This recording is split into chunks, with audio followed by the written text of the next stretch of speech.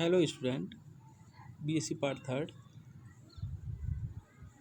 Third paper और उसकी second unit जो अगस्त माह के सिलेबस के अनुसार मैं टॉपिक आपका न्यूमेरिकल इंटीग्रेशन अर्थात संख्यात्मक समाकलन। अब संख्यात्मक समाकलन क्या होता है?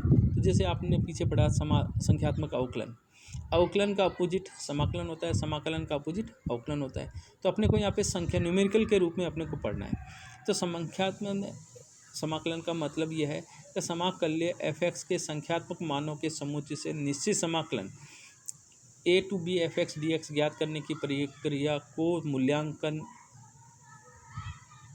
से संख्यात्मक समाकलन कहते हैं। अब आपने यहाँ आता है कि निश्चित समाकलन और अनिश्चित समाकलन क्या है। अनिश्चित समाकलन जिसमें अपने को लिमिट, जैसे यहाँ a to b दे रखी है, लोअर लिमिट a है और अपर लिमिट b है, और जिसमें ये लिमिट गिवन नहीं होगी वो अनिश्चित समाकलन होगा, और जिसमें लिमिट अपने को गिवन होगी वो आपकी निश्चित समाकलन होगा। अब इसमें आपका आता है समदूर कोटियों हेतु सामान्य क्षेत्रफलन सूत्र लिखिए और या स्थापित कीजिए। एक नंबर के क्वेश्चन में इसका समाकलन का सूत्र पूछते हैं और स्थापित कीजिए, इसका मतलब अपने को बड़ा क्वेश्चन है। तो मान लिए चर के समदूर मानों के लिए फलन f(x) के मान ज्ञात हैं, तो न्यूटन का अग्र अंतर्वेशन सूत्र द्वारा f(x) के अप्रोक्सीमेशन ज्ञात किया जाता है। तो न्यूटन अग्र सूत्र का मान का n समान अंतराल के लिए समाकलन करते हैं।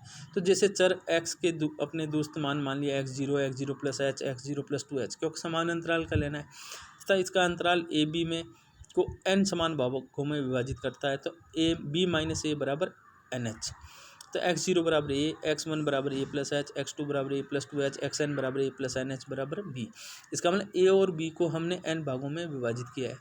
तो इनकी कोटियाँ क्या हो जाएगी, x0 की y0 हो जाएगी, x1 की y1 हो जाएगी, x2 की y2 हो जाएगी, और xn है तो उसकी yn हो जाएगी। तो क्षेत्रफलन सूत्र में जो 12th क्लास में आपने पढ़ा था क्षेत्रफलन चैप्टर समाकलन में, उसमें आपने ये फॉर्मूला था कि I बराबर a to b y dx क्षेत्रफल ज्ञात करना या क्षेत्रफलन सूत्र। तो अब यहाँ पे b बराबर क्या है, क्योंकि b माइनस a बराबर एन एच पढ़ा है, तो b बराबर हो गया a प्लस एन एच। तो अपने लोअर लिमिट होगी a और b की जगह लिख दिया a प्लस एन एच और वाई एक्स डी एक्स। अब इसको अपने को क्या करना है कि a प्लस एन एच को अपने को n करना है। तो यहाँ पे इसकी वैल्यू हो जाएगी 0 से n y x zero plus mu h n h mu, क्योंकि म्यू बराबर x माइनस एक्स जीरो बटा एच होता है, तो डी एक्स बराबर एच म्यू। अब यहाँ पे जो आपकी वैल्यू थी h का मान यहाँ पे लिखेंगे और इसकी वैल्यू रखेंगे, तो आपके ये वाई एक्स की जगह आ जाएगा x0 प्लस म्यू एच आ गया। अब न्यूटन अग्र अंतर्वेशन सूत्र अपने पास है वाई एक्स बराबर y0 plus mu del y0 plus mu mu minus 1 बटा factorial 2 del square y0 plus mu mu minus 1 mu minus 2 बटा factorial 3 del cube y0 dash n infinite time. तो 1 2 एवं 3 से इसका मतलब अपने को क्या करना है कि 0 से n दे रखा है, y x zero plus n h है और एच म्यू है, तो इसमें अपने इसकी वैल्यू रखनी है किसकी, वाई एक्स की। जैसे वाई एक्स की वैल्यू रखेंगे तो आपके यहाँ पे एच है और यहाँ पे अपने क्या करना है, इसका इंटीग्रेशन करें।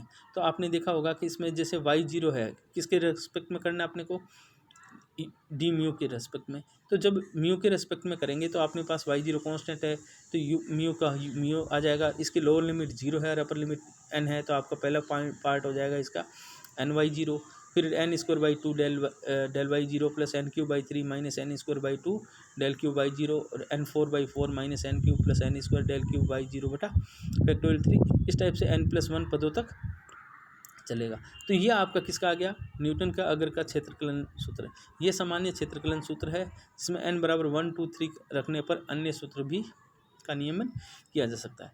अब इसमें आता है आपके सामान्य क्षेत्रफलन के महत्वपूर्ण निगमन कीजिए। अब सामान्य क्षेत्रफलन से महत्वपूर्ण निगमन करने का मतलब क्या है, आपको सामान्य क्षेत्रफलन सूत्र को याद रखना है। उसमें अब n का मान जैसे पुट करेंगे तो ये अलग अलग नियम अपने प्राप्त होंगे और इन्हीं नियमों को अपने से फॉर्मूले बनेंगे और इन फॉर्मूलों के अनुसार ही आगे आपके एक्सरसाइज के क्वेश्चन होंगे। जैसे इन्होंने दे रखा है कि सामान्य क्षेत्रफलन सूत्र अपने लिख दिया है नंबर 1। अगर इसमें n बराबर 1 पुट करते हैं तो प्राप्त होने वाला सूत्र आपके ट्रेपीजॉइडल नियम कहलाता है। अगर n बराबर 2 प्रतिस्थापित करने पर सिम्पसन का 1/3 नियम या 1/3 ऑफ सिम्पसन नियम कहलाता है, और अगर n बराबर 3 करते हैं तो इससे प्राप्त होने वाला आपका जो नियम है वो आपका सिम्पसन का 3/8 नियम कहलाता है, और n बराबर 6 रखने पर प्राप्त होने वाला सूत्र वेडल नियम कहलाता है। तो आपको मेन फॉर्मूला कौन सा है, सामान्य क्षेत्रफलन सूत्र को याद रखना है और उसमें एन का मान अपने को ध्यान रखना है कि 1, 2, 3 और 6। अब इसको कैसे याद रखेंगे, 1 × 2 × 3 कितने होते हैं, 6 होते हैं। तो पहला मान 1 हो गया, दूसरा मान 2 हो गया, तीसरा मान 3 हो गया, चौथा मान 6 हो गया। अपने को इन चारों को याद रखना है। तो पेपर में शॉर्ट आंसर में आपके आता है संख्यात्मक समाकलन के लिए ट्रेपेजॉइडल नियम सत्यापित कीजिए या उसका सूत्र लिखिए। सूत्र लिखना है जब तो डायरेक्ट सूत्र लिखना है, आपको क्षेत्रफलन वाला है उसमें n = 1 रखो, डायरेक्ट सूत्र आ जाएगा। और अगर इसके में आपके आता है कि इसका सत्यापित कीजिए या इसको डिराइव कीजिए, तो आपको हम जानते हैं कि क्षेत्रफलन सूत्र x = x0 + nh y dx = ये अपने कर चुके हैं। इसमें n = 1 रखा, तो जैसे n = 1 रखेंगे तो इसमें ये ध्यान रखना कि n का मान जो होगा उससे हायर ऑर्डर को अपने को छोड़ना है या नगण्य मानना है। तो इसमें जैसे 1 रखा तो अपने सेकंड और उच्च ऑर्डर के अंतर को छोड़ने पर लिख दो, चाहे नगण्य मानने पर। तो जैसे इसमें अपने करेंगे तो आपके इसके n = 1 रखते कहाँ तक हो गया, क्योंकि del y0, तो आपके यहाँ पे देखो n = 1 रखा तो 1 + 1/2 कि 1² 2 del y0। अब हमें पढ़ा पीछे अपने पढ़ चुके हैं अग्रांतर वाले में कि del y0 = y1 - y0, तो इसमें del y0 के मान रख दिया और इसको अपने को अलग अलग कर दिया, तो h y0 + y1/2 - y0/2। अब जब अपने इसमें y dx है तो अपनी इसका एलसीएम लेंगे और 2 एलसीएम लेंगे तो आपका हो जाएगा पहला जो आपका y dx है वो y0 + y1/2। तो ये कौन सा फर्स्ट इंटरवल लिया अपने x0 से x0 + h। अब हम ले रहे हैं इसका x0 + h से x0 + 2h। तो आपको ध्यान रखना है जब 0 से 0 + h है तो आपके y0 + y1/2 है। सिमिलरिटी इसको अपने लिखेंगे h y1 + y2, क्योंकि 1 से 2 है, पहले 0 से 1 है। आप चाहो तो इसको x0 + 0h लिख लो और ऊपर आपका x0 + 1h कर दो, तो 0 से 1 आपका तो y0 + y1/2। अब x0h तो 1h से 2h है तो आपका y1 + y2, और इस टाइप से n-1h से n तक रखेंगे तो yn - y2। तो ये जो आपका है n टाइम तक निकाल लिया। अब इसको इन सब को क्या करना है अपने को ऐड करेंगे, तो ऐड करेंगे तो आपकी इसका हो जाएगा x0 से x0 + nh y dx = integration h 1/2 y0 + yn + y1 + y2 + yn - 1। अर्थात इसको अगर लैंग्वेज में लिखेंगे तो आपके लिखेंगे प्रथम और अंतिम कोटि का माध्य। इसका मतलब प्रथम कोटि y0 होती है, अंतिम कोटि आपका yn होता है, प्लस सभी मध्यवर्ती कोटियों का योग। अब सभी मध्यवर्ती कौन से होते हैं, 0 और n के बीच में 1 से लेकर n-1 तक, उन सब का योग। ये जो नियम है ये आपका कहलाता है ट्रेपेजॉइडल नियम। दूसरा आपका आता है सिम्पसन का 1/3 नियम। इसमें क्या बताया था, n = 2 रखने पर, इसमें सामान्य क्षेत्रफलन सूत्र में n = 2 रखने पर अपने को ये प्राप्त होता है। यह आपकी ये फॉर्मूला मैंने लिखा है x0 से x0 + n h y dx h/3, ये फॉर्मूला है। या तो सिम्पसन का 1/3 नियम लिखिए और सत्यापित कीजिए, या आपको ये दे रखा है। तो हम इसमें लिखेंगे, हम जानते हैं कि सामान्य क्षेत्रफलन सूत्र द्वारा x0 से x0 + n h y dx = ये दे रखा है। इसमें n = 2 रखने पर, अब वही वापस 2 रखा है तो 2 से अधिक तृतीय तथा उच्च क्रम के अंतर को नगण्य मानने पर या शून्य करने पर या छोड़ने पर, तो इसमें अपने छोड़ेंगे तो कौन सा हो जाएगा, 2 रखा तो 3, तो इसका मतलब कौन सा हो गया, del क्यूब वाले पद को अपने को छोड़ना है। तो n = 2 रखा तो 2y0 + 2² 4/2, तो आपका 2 del y0। फिर इसको अपने लिखेंगे तो n = तो n क्यूब 2 का क्यूब 8/3 - 2 बटा 12 और del स्क्वायर y0। अब वही वापस तरीका कि del y0 को y1 - y0 और del स्क्वायर y0 का मतलब y2 - 2y1 + y0, जो पहले चैप्टर के फॉर्मूले उससे अपने को करना है, इसको कैलकुलेशन करना है। तो आपको वही वापस x0 + 0h, तो आपका कितना आ रहा है x0 + 2h y dx, तो h/3 y0 + 4y1 + y2। अब अपने को क्या करना है, क्योंकि इसमें अंतराल कितने का है, 2 का है, तो x0 + 2h से x0 + 4h करेंगे। तो यहाँ पे 0 1 2 है, तो यहाँ पे आपका आ जाएगा 2 3 और 4, तो एक h/3 y2 + 4y3 + y4। इसी प्रकार अपने n-1 2 पदों तक लेंगे तो आपके x0 + n-2h से x0 + nh और n-2 पदों तक, इन सब को ऐड करेंगे। ऐड करके इसमें कॉमन लेंगे तो आपका हो जाएगा h/3 y0 + yn + 4 times of y1 + y3 plus अंतिम पद इसका yn-1 + 2 times of y2 + y4 + yn-2। ये जो नियम है ये कहलाता है आपका सिम्पसन का एक तिहाई नियम।